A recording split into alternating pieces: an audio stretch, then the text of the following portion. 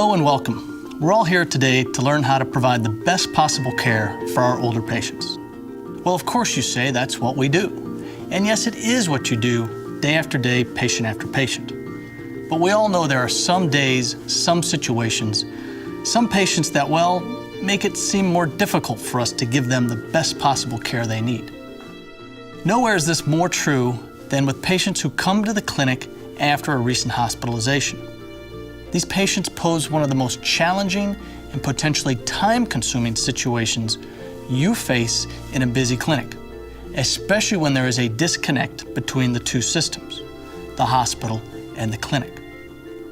I want you to take away one key idea today. To provide the best possible care in a situation like the post-discharge follow-up visit, the team approach can work. Yes, interdisciplinary teamwork. But can this be done in a busy outpatient clinic?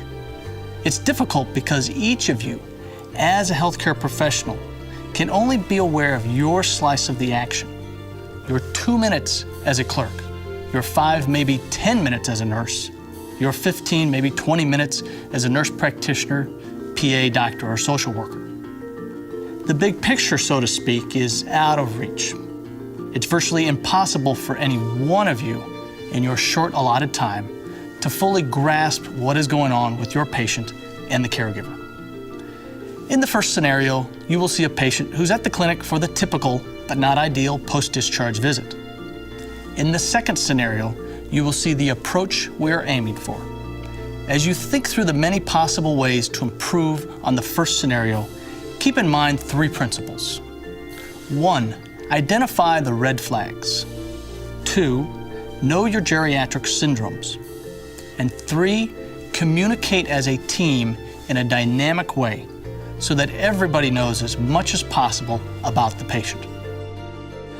Okay, it's a typical busy morning at the clinic, 11 o'clock.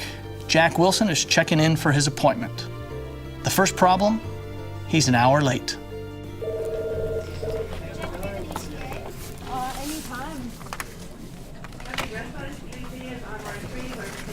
Hello. We're at the Wilsons. I'm sorry we're late. We live so far away, but my husband just got out of the hospital. We're very busy today. Just have a seat in the waiting area. I'll tell the nurse you're here. Okay. Rachel line 1 patient information keep 15. Rachel line 1 patient information keep 15.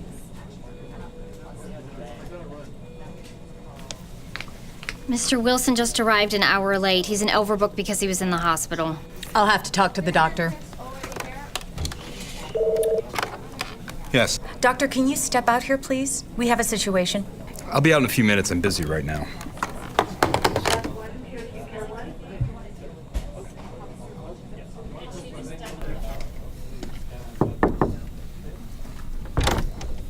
Okay, what can I do for you? We have an overbook, and he just showed up. We're running so far behind now. See if they can come back tomorrow, or maybe next week.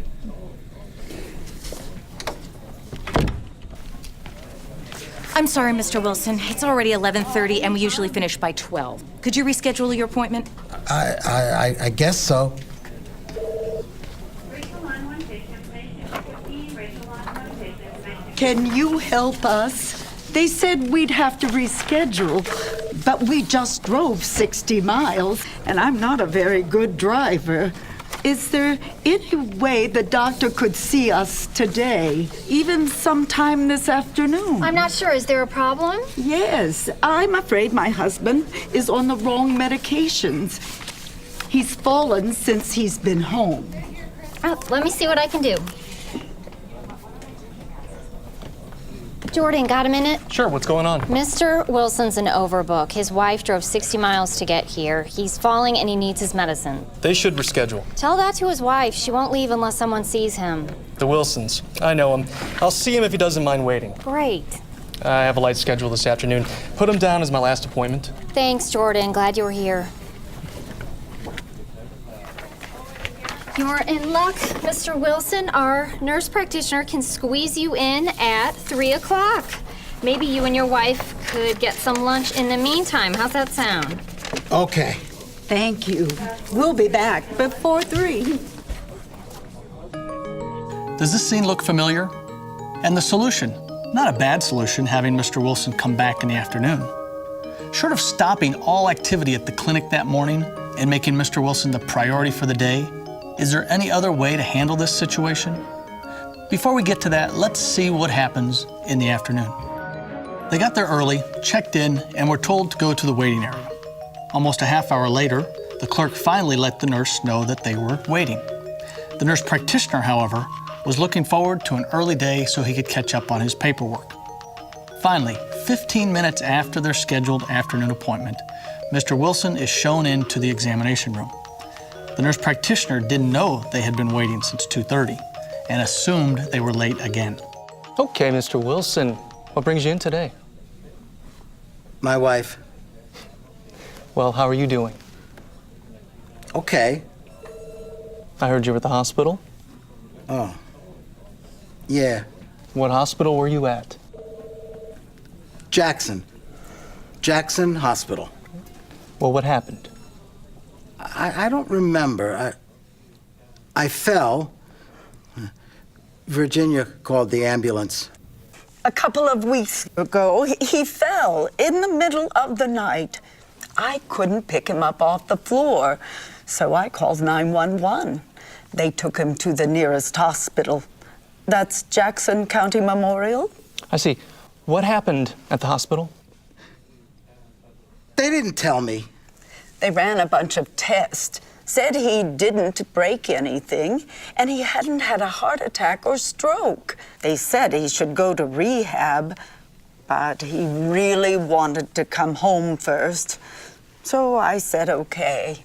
How long was he there? 7 days. But I don't know what they did to him. He was worse when he got home than when he went in. And they changed a lot of his medicines. We need to get those from the VA. All right, what do you need?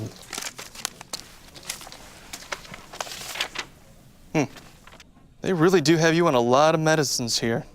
Do you know what they're for? I don't remember. I just assumed he needed them all. To tell you the truth, Mrs. Wilson, I feel a little uncomfortable giving him some of these. We don't know what they're for. Well, he's been out of the hospital a week, and he hasn't gotten his new ones. I just wasn't sure he needed all of them. That's why I want Dr. Mitchell to see him. Well, Dr. Mitchell is very busy. Let's go through a few of these. I know he has diabetes, but an insulin sliding scale, he's never needed insulin before. Also, why would they change all of his blood pressure meds around and add 2 new ones? We had his blood pressure under great control. This doesn't make sense. They said his diabetes and blood pressure were out of control. This medicine, it's a antipsychotic. Why does he need this? He had some confusion there, and he was having difficulty staying in bed at night. And also this drug, meclizine, also called Anavert. Does he have vertigo? He had some dizziness there. Mr. Wilson, do you feel dizzy now? I don't think so. Okay. I'll be right back. I'm going to talk to Dr. Mitchell.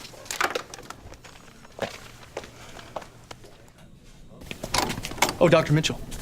Yes, what is it? It's about Mr. Wilson. 82, diabetes, hypertension, maybe a little dementia going on. I remember him. I thought he was doing pretty well.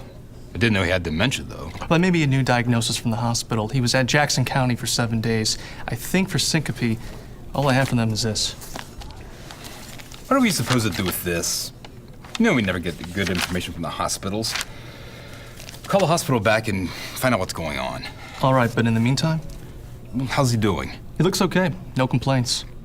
Give him a 2-week supply of meds and have him come back before then. Will do. Good.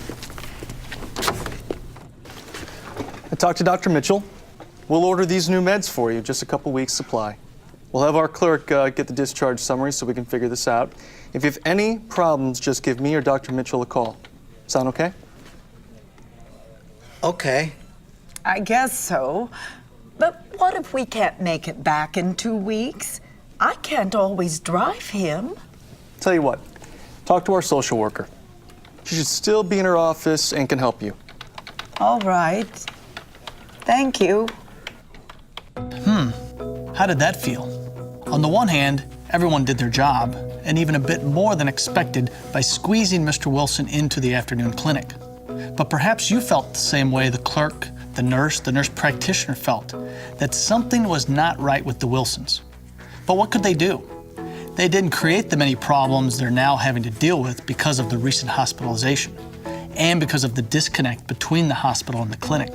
And in fact, nothing physically seems wrong with Mr. Wilson. The nurse practitioner even noted he has no complaints. But let's start by asking, did you catch the red flags? The transportation issue, the wife saying, "We are not doing well," how slowly they both moved to the waiting area, how Mr. Wilson answered, "I don't know," or how short his answers were, which might signify depression. The fact that he fell again since being home. The dizziness the last couple of days in the hospital, probably the time they started getting him out of the bed. And the confusion in the hospital, that is the delirium, which is often not recognized, but rather just treated with an antipsychotic. And of course, all the new medications. Well, you can guess what might happen to him over the next couple of weeks. He may have side effects to these new medicines. He will likely keep falling. He even has a good chance of ending up back in the hospital. And what could happen to his wife, who is burdened with caring for a man who is probably becoming more dependent on her as the weeks go by? Now, let's rewind here and watch what happens when the healthcare professionals start to identify the red flags in a proactive way, and when they focus on the geriatric syndromes, and when they communicate as a team in a dynamic way so that everybody knows as much as possible about the patient. Same scenario, same people, still a busy clinic. It's 11 o'clock again. Hello, we're the Wilsons. I'm sorry we're late, but we live so far away. My husband just got out of the hospital. What hospital were you at? Jackson County Memorial Hospital. Who was your doctor? Oh, we had so many, but I think the main one was Dr. Harani. Did he give you any paperwork? Oh, yes, only this. Mr. Wilson, I need you to sign this just in case we need any records from the hospital. Okay. We're very busy today. Just have a seat in the waiting area and I'll tell the nurse you're here. Thank you. Rachel Line 1 patient, station 2001, Rachel.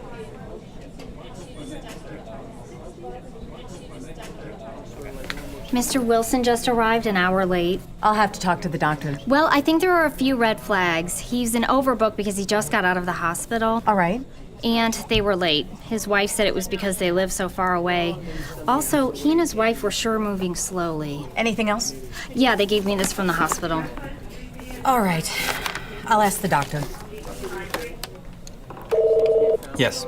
Dr. Mitchell, can I ask you something? Yeah, sure. What is it? Can you step out here, please? We have a situation. I'll be right out just as soon as I finish. Line 1 patient, station 15, Rachel Line 1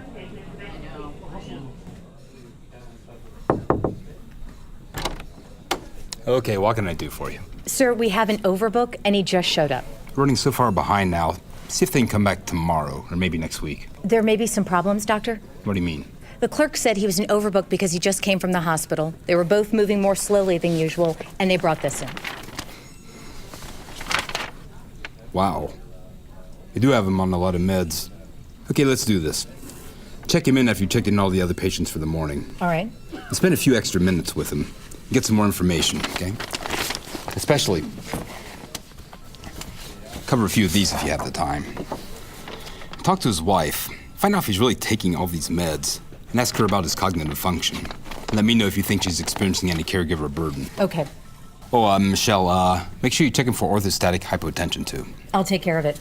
And then what's next? Have the clerk get a signed release of information and get the discharge summary from the hospital.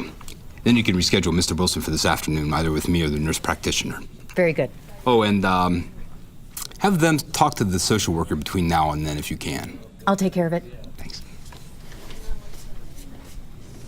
Jordan, there's a Mr. Wilson who might be on your schedule this afternoon. If he is, make sure we talk. I've got some red flags you need to know about. Colleen, please reschedule Mr. Wilson for this afternoon, either for Dr. Mitchell or for Jordan. Tell them I'll check in with them as soon as I'm done with my other patients. Sure, we'll do. And get a signed release of information form from them and a discharge summary from the hospital. Consider it done. Thanks. Much better, right? Why? Because the healthcare professionals recognized some red flags, such as polypharmacy, transportation issues, caregiver burden, right up front. Then there was a focus on the present and the potential geriatric syndromes. Lastly, they took the team approach to handling the situation. Now, let's see what happens this afternoon. I'm sorry, Mr. Wilson, we've been so busy this afternoon. We usually finish by 12 and it's already 11:45. Did the clerk set you up for an appointment this afternoon? I guess so. Yes, at 3 o'clock with Jordan Perry, the nurse practitioner. Good. So, Mr. Wilson, how have you been doing since coming home from the hospital? Okay. Any new problems? No. And how about you, Mrs. Wilson? How have things been going? Well, he's fallen again since he's been home, and he's so much weaker. Anything he can't do now that he used to? Well, he needs help just walking around the house and getting out of a chair. I even have to help him dress sometimes. All right, 132/78. That's pretty good blood pressure. Any problems with his bladder? Yes, as a matter of fact. Mr. Wilson, I'm going to have you stand up for me now. I'm going to check your blood pressure standing. Oh, okay. Stand up for just a minute. All right, that's good.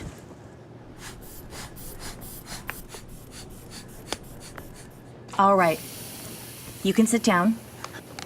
105/60. It dropped quite a bit. Do you take a lot of medicines for your blood pressure? I don't know. Is he taking all these meds? Actually, no. That's why he's here. He hasn't taken any new medications, only his old ones. Mr. Wilson, I have to ask your wife one more question, okay? Okay. How's his thinking been since he came home? I'm so glad you asked. In the hospital, he was confused and disoriented. I thought maybe he was developing Alzheimer's or something, but now his confusion is better. That's good. But he seems so down. I think that's been coming on for some time now. Are you feeling depressed? I don't know. Maybe. Okay. Thank you. Look, why don't you both go get some lunch, then come back and check in with me? I'll see if I can get you an appointment with a social worker before you see the nurse practitioner. All right. But could you help me get him to the bathroom first? Sure. Notice how the nurse made every effort not to ignore Mr. Wilson while still being able to pick up on the red flags in the geriatric syndromes. No patient likes to be ignored, but especially one who is having several problems. Also, one red flag was mentioned that I want to emphasize: depression. Depression is very tricky. It can mask a lot of things, so we need to screen for depression. Let's continue on, keeping in mind the three principles. 1, identifying the red flags. 2, knowing your geriatric syndromes. And 3, communicating as a team in a dynamic way.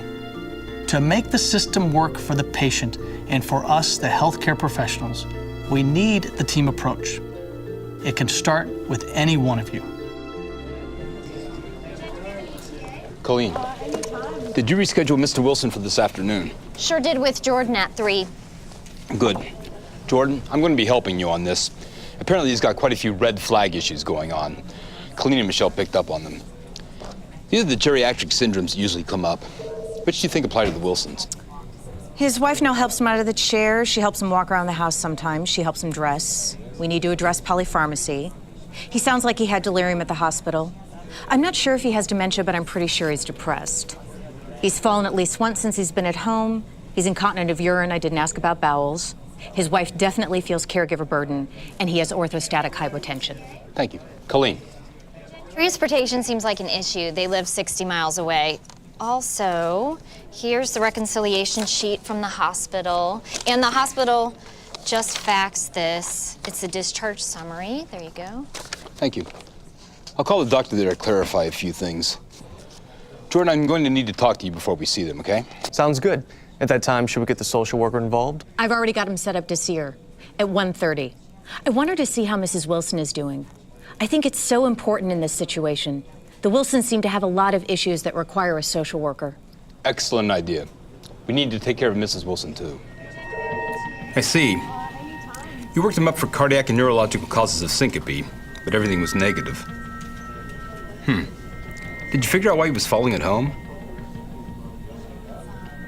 I thought it was debility, getting weaker at home. Jordan, I spoke with the doc and took care of Mr. Wilson. What'd you learn? The syncope workup for his falls was negative, as it usually is. It seems like he was dehydrated on the mission, had delirium while he was there, and then on the last day something happened. He went home instead of going to rehab. That's too bad. Now, based on this and what Michelle and Colleen said, I make sure to order home care, nursing for med management, PTOT because of his ADL loss and falls. And make sure he's not still delirious. I like using the confusion assessment method for this. Will do. Now, if he's not delirious, I'd like to do a slumps and a GDS today. Look back and check on his labs, too. I'd also check to see if he's been losing weight. Awfully suspicious he's been depressed, and we may need to treat it. Depression could explain why he may not have been eating and drinking well at home. That's why he became dehydrated. And that led to some of the falls. What about the long med list? Don't order the insulin sliding scale. That was just for the hospital. And don't order the new cardiac or BP meds, or the meclizine or the antipsychotic. What about the old meds? Well, if his blood pressure is really as low as Michelle got, then stop his thiazide diuretic and cut his ACE inhibitor in half. Oh, and if they have the time, have them stop by the pharmacy to discuss these meds with the pharmacist. They especially need to know what these meds are for. Okay. And have the pharmacist call us if there's any worrisome interactions. Not a problem. I'll take care of it.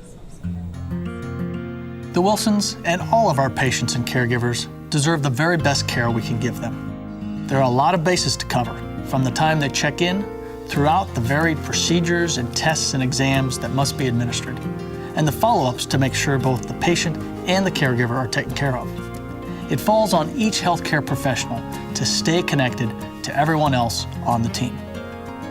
None of you can solve the myriad of challenges by yourself, but when you use the team approach, even in a busy outpatient clinic, you can accomplish wonders. You'll help Mr. and Mrs. Wilson not only on the day they show up at the clinic, but every day down the road.